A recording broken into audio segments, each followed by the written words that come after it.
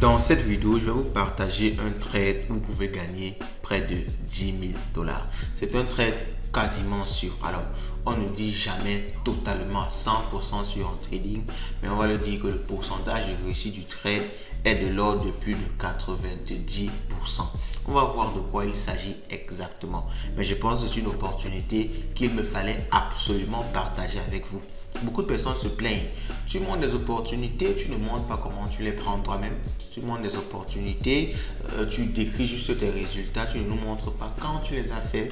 Aujourd'hui, vous n'aurez plus rien à dire. Parce que non seulement je vais vous expliquer en quoi ça consiste, je vais prendre le trade avec vous à l'écran. Vous allez voir comment je prends moi-même le trade et après je vais partager mes résultats. Pas dans cette vidéo parce qu'il va falloir laisser le temps au trade de marcher, mais je vais partager ça sur WhatsApp, Telegram, je vais partager ça également sur X. D'ailleurs, si vous voulez nous suivre sur tous ces réseaux sociaux là, les liens sont en description de cette vidéo. Ne ratez pas ça parce que c'est une opportunité en or. Parce que ce trade se reproduit chaque semaine. Si vous êtes abonné à la chaîne, vous savez peut-être de quoi je parle déjà parce que dans une autre vidéo, j'ai introduit ça de façon légère. Mais il y a un moment que j'ai commencé à prendre ces trades-là et à chaque fois, ça passe. À chaque fois, je me fais de l'argent. À chaque fois, je gagne beaucoup d'argent avec ça. Donc, je dis qu'aujourd'hui, je vais partager ça avec vous parce que je vous aime tellement et je vous demande de partager également votre joie avec moi en likant au maximum cette vidéo. Ça ne vous coûte rien du tout. Ça vous prend une seconde. Likez tout simplement la vidéo. Laissez un commentaire. Le mot du jour d'ailleurs, c'est trading crypto. Ok? Trading crypto. Laissez un commentaire et allons-y. Let's go.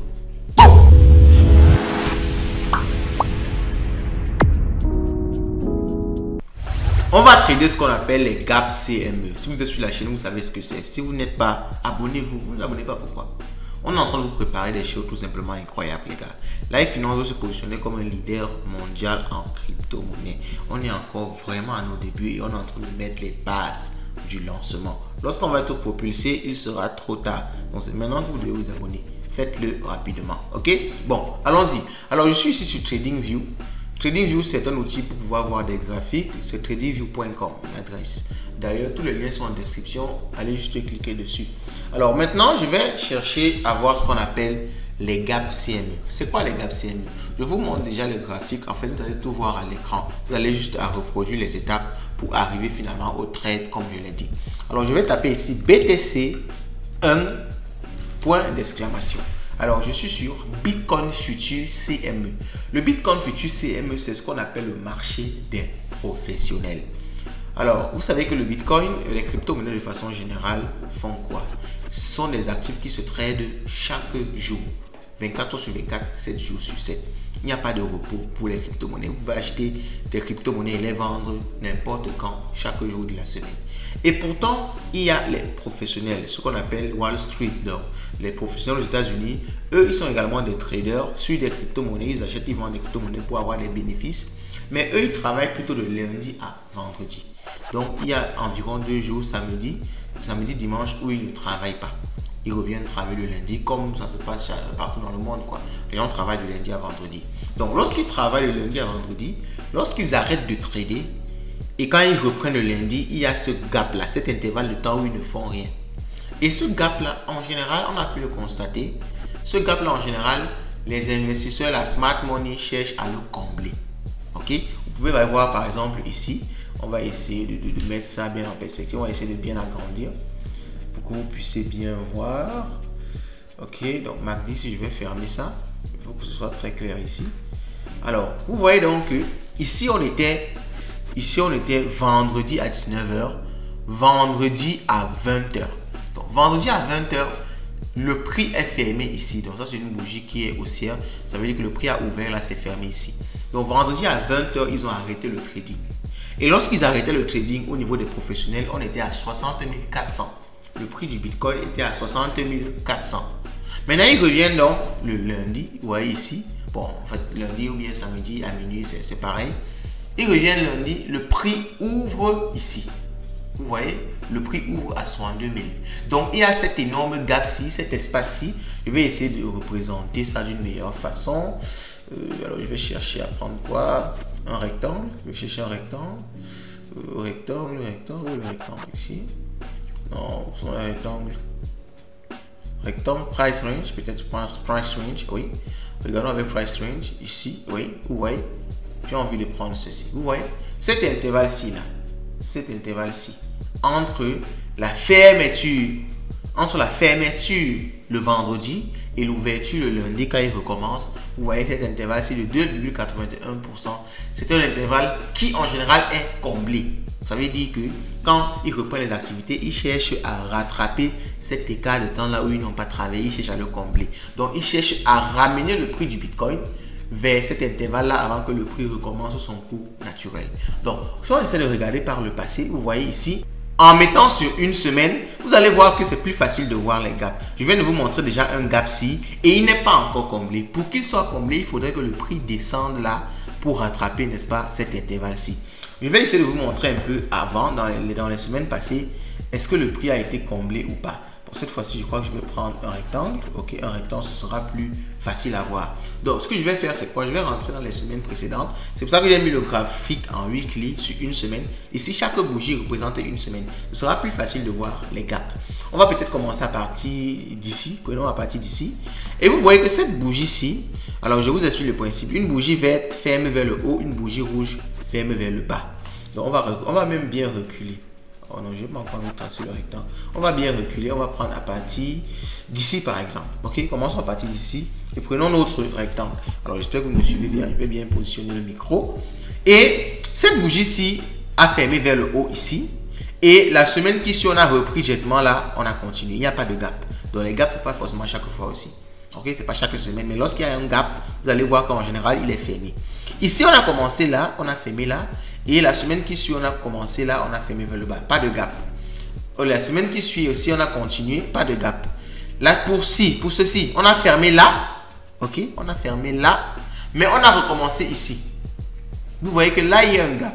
Le prix ferme là et il recommence ici. Cet espace-ci est un gap. Cet espace-ci là, où je fais ce rectangle-ci est un gap. Ok, et comme on a compris, le prix va faire comment? Le prix va se comporter à venir fermer ce gap-ci.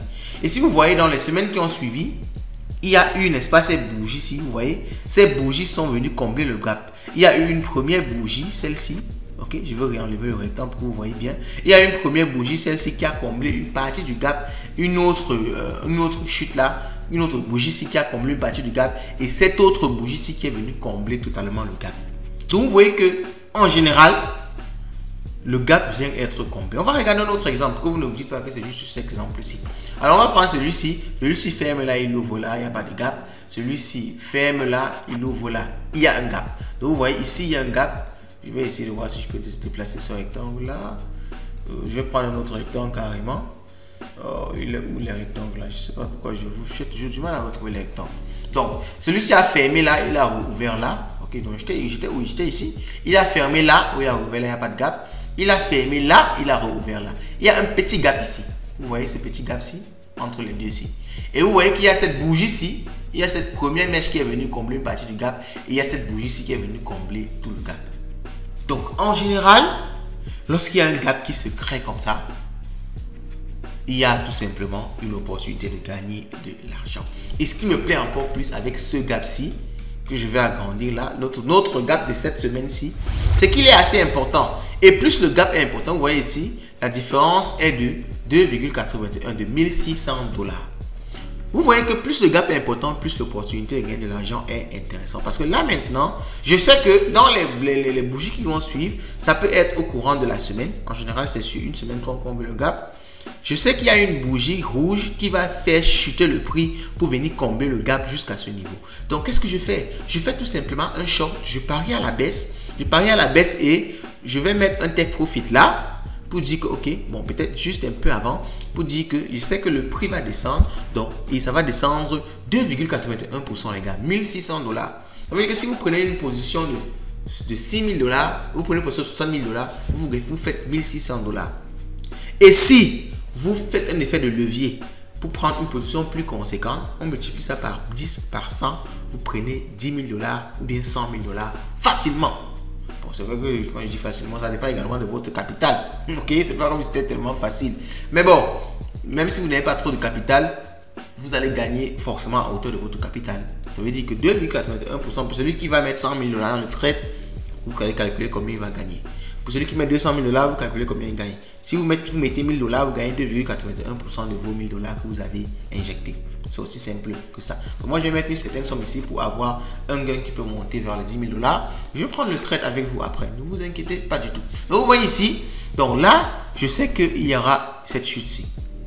Il y aura cette chute-ci. Donc je vais shorter. Je vais mettre mon take profit là. Pour mon stop loss, je vais mettre mon stop loss. Je vais chercher à mettre un stop loss un peu plus haut parce que vous voyez qu'il peut y avoir un peu des petites variations entre temps. On peut remonter un peu, mais en général, il y aura toujours une bougie qui va venir combler le gap. Et ici, je vais seulement chercher à mettre mon stop loss vers le plus haut. Ok, je vais chercher à mettre mon stop loss ici. Ok, ou bien ici, pour ne pas aussi avoir un risque reward intéressant, un rendement intéressant. On pourra faire une autre vidéo pour expliquer ce que c'est que le risque reward. Ok, mais très basiquement, le risque reward, c'est tout simplement ce que tu perds doit être moins que ce que tu cherches à gagner. Ok, c'est ça le risk reward. Ce que tu perds doit être moins que ce que tu cherches à gagner. Donc il ne faut pas chercher, il ne faut pas mettre une perte trop grande par rapport à ce que tu as gagné. C'est pour ça qu'on ne met pas le stop loss trop haut. Ok, mais étant donné que c'est un trade qui est presque sûr, je peux décider de mettre un stop loss là vers les plus aussi. Je mets un stop loss là, je vais tracer une ligne une fois, une ligne là. Je peux mettre directement ma short position. Ok, je vais enlever d'abord ce rectangle-ci. Je vais enlever ce rectangle-ci. Et je vais directement prendre mon outil qui me permet de placer un trade. Je vais prendre une short position et je vais placer mon trade à partir, n'est-ce pas, d'ici, du prix actuel. Vous voyez, je vais chercher à... La target sera ici, le gap CME. On va chercher à combler le gap comme target. Ici, on cherche à combler le gap comme target. Et mon stop loss, je vais chercher à le mettre loin ici. Loin vers le plus haut aussi. Ok, bon, on peut mettre vers la bougie la plus haute. Bon, vous voyez que ici, le risque reward sera très mauvais. Vous voyez, le risque reward est de 0,16. Pourtant, on conseille en général de prendre un risque reward qui est au-dessus de 1. Donc, si je veux prendre un risque reward qui est au-dessus de 1, je vais devoir mettre mon stop loss beaucoup plus bas. Mais ici, je trouve que ce sera trop bas. Ce sera trop bas. Donc, je vais mettre un peu pas plus haut, même vers la deuxième bougie ici. Ok, et je vais mettre tout simplement ma target là. Mais comme le trade en général est plutôt sûr, je sais que je ne vais pas toucher mon stop loss, je vais plutôt chercher à toucher mon take profit qui sera ici plus bas. Et on me dit directement le nombre là, le montant que je vais gagner. Si je mets 60 000 dollars, je gagne 1100 dollars. Mais comme je vais étudier l'effet de levier, mon montant à gagner sera beaucoup plus intéressant. Donc, c'est juste pour vous expliquer déjà comment ça se passe, quel est le principe et vous l'avez. Donc, si vous allez vous-même vous exercer un peu, vous allez pouvoir vous-même placer le trade. Mais comme je l'ai dit, je ne vais pas déroger à ma parole. Je vais placer le trade moi-même. Allons-y. Je suis ainsi sur mon téléphone parce que j'aime placer les trades sur le téléphone. Je ne cherche pas forcément à faire ça sur la machine parce que je me dis que je ne vais pas toujours être disponible sur la machine quand je vais vouloir faire un trade. Donc, je fais en général les trades sur mon téléphone. Je préfère me organiser de cette façon-là. Alors, on a déjà nos targets. On s'est dit que, ok, je vais placer un short. Donc, je vais déjà choisir short. Ici, je choisis short là. Donc, il faut que j'entre la valeur. Alors, le prix, c'est au prix du marché. La quantité que je vais mettre un effet de levier x5 et je vais mettre 20 000 dollars dans le trade. Ok, je vais mettre 20 000 dollars dans le trade x5. 20 000 dollars, ça fait 100 000 dollars. Ok, ça fait 100 000 dollars dans le trade. Je me dis bien 20 000 dollars x 5, ça fait 100 000 dollars dans le trade. Donc, je vais faire une position short et je vais mettre, n'est-ce pas, un TP et un SL. Un TP, c'est quoi? C'est le take profit. Ça veut dire, quand tu arrives à ce prix-ci, prends mes profits. Ok? Parce que ça peut descendre, après ça remonte. Donc, moi, je veux perdre si ça remonte. Donc, je vais dire que dès que je arrive à ce prix-ci, prends mes profits. Si ça veut, ça descend plus, c'est plus mon problème. Si ça veut, ça remonte, après, ça ne sera plus mon problème. Donc, mon TP, je vais dire que mon TP, tu prends mon TP lorsqu'on arrive vers le prix du gap. Alors, je ne mets pas net au prix du gap parce que, vous savez, ça peut arriver, ça ne touche pas, ça ne comble pas forcément totalement. Il peut rester une petite partie. Il ne faudrait pas que on est vers mon take profit et après on repart vers le haut. Ça va me faire trop mal. Donc, je ne vais pas mettre net au prix qui est de 60 300. Je vais mettre même à 60 400 ou 465. 60 450, ok, 60 450 mon take profit et on me dit que je vais gagner 774 USDT si j'ai raison. Ok, si j'ai raison. Alors, je vous ai dit que dans le titre de la vidéo que 10 000 $ dans ce trade-là, c'est en fonction du capital. Si vous mettez plus, si vous mettez peut-être $1 million, vous voyez à combien de temps vous pouvez gagner 10 000 $ facilement. Parce que le gap n'est pas comblé dans trop de temps, 2-3 jours, le gap est comblé, ou même le même jour, ça peut être comblé aujourd'hui. Vous voyez 10 000 $ en un jour, c'est pas du jeu les gars. C'est pas du jeu. Donc, je prends comme ça et je mets un stop loss. Je vais mettre un stop loss un peu haut pour que s'il y a une petite remontée, que ça ne vienne pas quand même me bousiller le trade. Donc, je vais mettre un stop loss là, au niveau de cette, au haut de cette bougie-ci. Et je vais mettre mon stop loss donc à 66 000, ok, 66 320 $. Donc, 66 320 $. Donc ça c'est un mauvais trade parce que si je perds, je vais perdre plus que ce que je gagne, je le sais, mais je vais quand même le placer parce que maintenant, quand je vous l'ai dit, c'est tout simplement je suis plutôt confiant, parce que dans tous les cas, dans tous les cas que j'ai pu voir, le gap est comblé. Donc je suis plutôt confiant et je vais accepter le trade. Et c'est comme ça, mon trade est placé. Mon trade est placé et c'est tout. Le trade qui est placé, il ne reste juste à attendre et à voir si je suis rentable finalement. Restez tout dans la chaîne, abonnez-vous, likez, laissez un commentaire. N'oubliez pas le mot du jour, trading Bitcoin ou bien Gap CME. Écrivez ce que vous voulez en commentaire et on se dit à la prochaine pour vous montrer les résultats. Ciao.